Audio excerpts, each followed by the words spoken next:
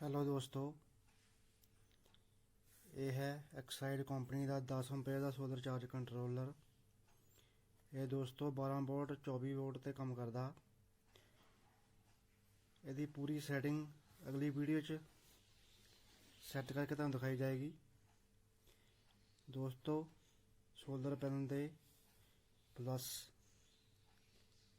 ते 12 volt, minus solar battery plus battery minus, load plus तो load minus. दोस्तों यदि सैटिंग पूरी अगली वीडियो तुहानू दिखाई जाएगी। वीडियो देखने लई चैनल नू सबसक्राइब करो और घंटी का बटन नप्पो। अगली वीडियो जो पावां तुहानू पहला पहुंचे। यदि पूरी डिटेल कित्थों मिलिया,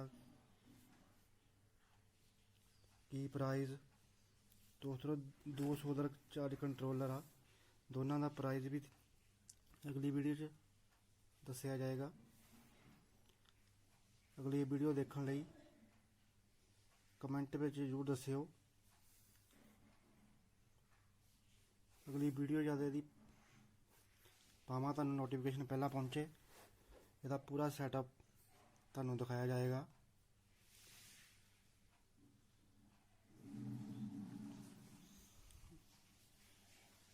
वीडियो देखने नू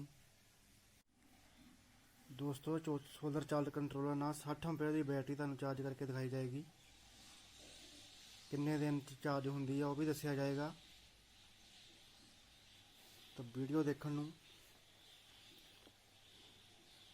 कमेंट में जरूर दस्सिओ कि अगली वीडियो ये सोलर चार्ज से बनाई जाएगी।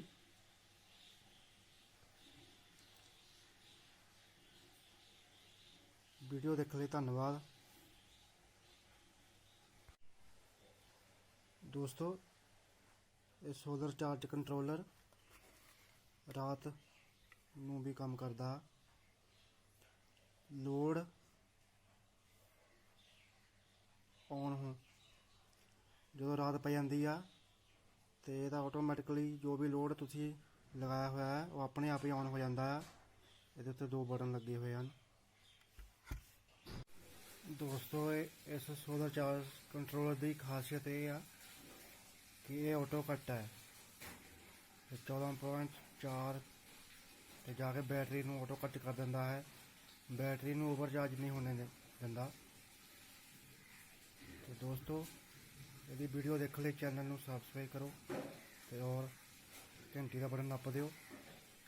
जो अगली वीडियो की पूरी सैटिंग की पावां तुहाडे तो पहला पहुंचे तो तुसी भी ये घर दे विच छोटा होम सोलर चार्ज बना सकते हैं।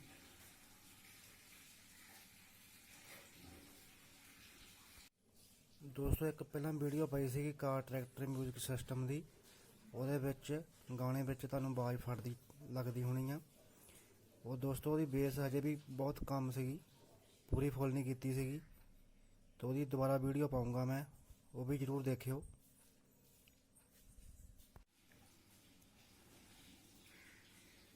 ਦੋਸਤੋ ਇਹ ਚਾਰਜ ਕੰਟਰੋਲਰ 120 ਵਾਟ ਪੈਨਲ ਤੇ ਕੰਮ ਕਰਦਾ। 120 ਤੋਂ ਥੱਲੇ ਵੀ ਲਾ ਸਕਦੇ ਆ, 50 100 120 वाट ते ये काम कर सकता।